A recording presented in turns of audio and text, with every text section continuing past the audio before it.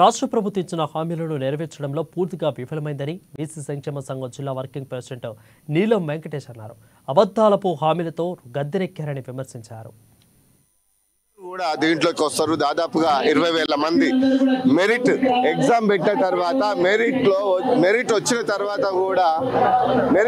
తర్వాత కూడా సర్టిఫికెట్ల వెరిఫికేషన్లో కూడా పోస్ట్ గ్రాడ్యుయేట్ చేసిన తర్వాత కూడా మరి వీళ్ళు న్యాయబద్ధమైనటువంటి రాజ్యాంగబద్ధమైనటువంటి హక్కులను సాధించుకున్నాక కూడా వీళ్ళకు ఒక పర్మనెంట్ సెక్యూరిటీ, లైఫ్ సెక్యూరిటీ లేదు.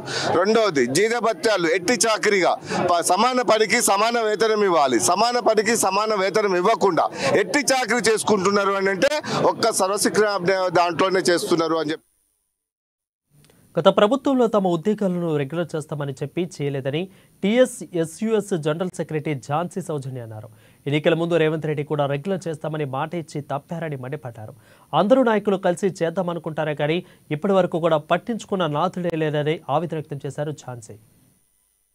అందరికీ కూడా మేము లెటర్స్ ఇచ్చాము, అప్పటికీ గుర్తించట్లేదని చెప్పేసి మేము చెలో అసెంబ్లీ కూడా చేశామండి. చెలో అసెంబ్లీ కార్యక్రమం కూడా చేశాము. మేము ఇంకా ఎన్నో కార్యక్రమాలు చేశాము, జిల్లా లెవెల్లో కూడా ర్యాలీలు చేశాము, అన్ని రకాల ప్రయత్నాలు చేశాము, సామరస్యంగానే చేశాము. గవర్నమెంట్కి మేము వ్యతిరేకంగా ఏమీ వెళ్ళలేదు. ఎన్ని రకాల ప్రయత్నాలు చేసినా కానీ మరి ఇప్పటి వరకు అదే చేశాము. ఈ మహాధరణ ఉద్దేశం కూడా మేము అదే ఉద్దేశంతో చేస్తున్నాము. అంటే ఇప్పటికీ మా వాయిస్ గవర్నమెంట్ వినిపించుకొని సరైనటువంటి స్పందన అనేది, హామీ అనేది ముఖ్యమంత్రి గారి దగ్గర నుంచి, గవర్నమెంట్ నుంచి లేకపోతే నెక్స్ట్ మేము సమ్మెకి వెళ్ళదలుచుకున్నాము.